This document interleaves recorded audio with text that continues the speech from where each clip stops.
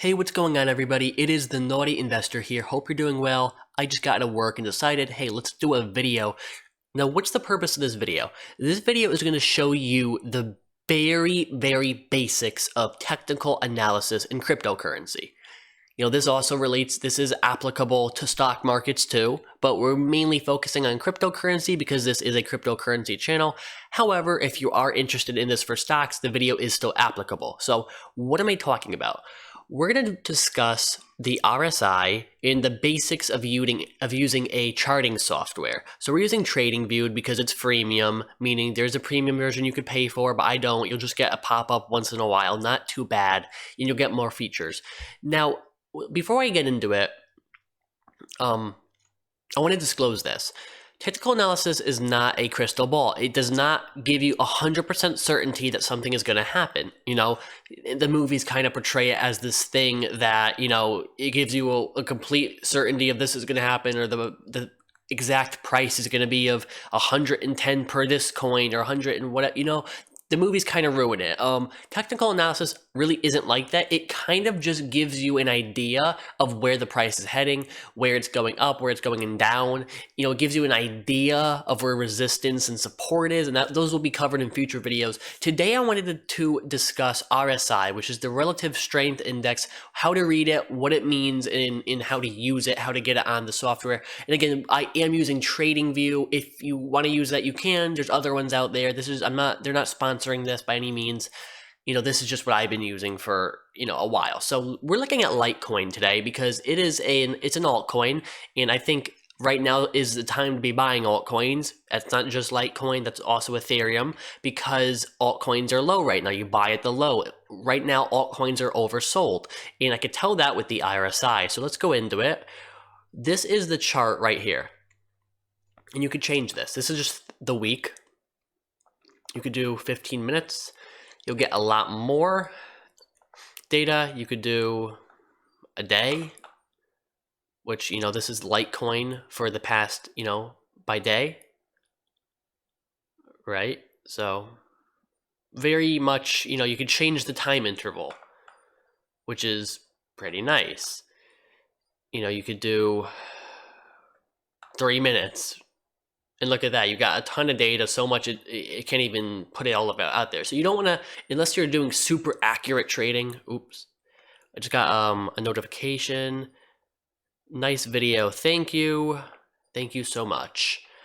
We're approaching 2,000 subscribers, guys. Thanks for everyone who likes the videos and shares it. Really appreciate it. My production value is going to be increasing soon once I get a new microphone and once I build my computer. I need like 3 more parts. We're getting on that. Pretty soon you'll have a face cam in the corner and I'll be just, I'll be blowing up. But and I'm not gloating. I'm very much happy with the support I've been getting on the channel. But back to the video. Let's do it by day. I like by day. And we got an ad. So you could see here from, August to November, and you could see, daily plottings, right? And this is basically just if the candle is green, or the wick, the candle, I'm not sure what you really would call it. Some people even call it just bars, whatever. And you could change that as well, but we're not going to. Yeah, you would call it a candle. That's what I refer to it as. If it's green, it means it ended on a high note relative to the previous interval. So if it's green, it's up. If it's red, it's down. Pretty self-explanatory. Now, what we're going to want to do is we're going to want to put on an indicator. Now, what is an indicator? An indicator could just show you something about the chart, and it could help you determine, really anything. There's so many different things an interval can really help you decide like what's going on. And there's thousands of different ones, so don't get overwhelmed. We're only covering one today, and if you want to see other ones in the future, leave a like and subscribe. Helps me out a ton, guys. So we're gonna go over here and we're gonna insert indicator. Takes a second. I'm working on a laptop, not the fastest. Here we are. Relative Strength Index, here we are. And you click it and it adds it in. Now what this shows is whether or not the coin is being overbought or oversold. So if a coin's being overbought, do you really want to go long on it? I mean, maybe if you're going super long term, right? But if it's overbought, that means eventually it's going to have to correct, right? And you could tell by whether or not it's overbought or oversold by the RSI. So if it goes above general wisdom, and there are different people who say slightly different things, but general wisdom is if it goes above roughly 70, it's being overbought. If it goes under 30, it's being oversold, and anything in between is kind of, it's just that. It's in between. It's not overbought, it's not oversold. So what I like about Litecoin as a crypto is that it's not really overbought, at least for, the past, a couple months, right? So it's not overbought. You got a little bit of overbuying right here, right? And then you just kind of you stay in the middle for a lot of it. It's Litecoin's a good crypto because it's not super volatile, and it's not it is volatile compared to other things, but it's not the most volatile. It's one of the lesser volatile cryptos in my opinion, but that's a whole other indicator that you could read that on. And when I say that, I'm not saying it's not volatile, so I don't want to hear comments on that below.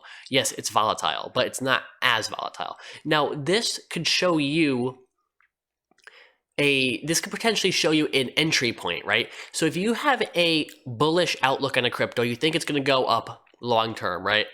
And you see the RSI dip down below 30. So, anything like below over here, like right here, if you're looking at the RSI and you saw it come down to like right there, right? That could potentially be a buying opportunity. I mean, that's like at 30. And again, it's not, you don't have to be completely 100% at 30 or above 70, it is roughly that. So if let's say theoretically you saw it dip down, right?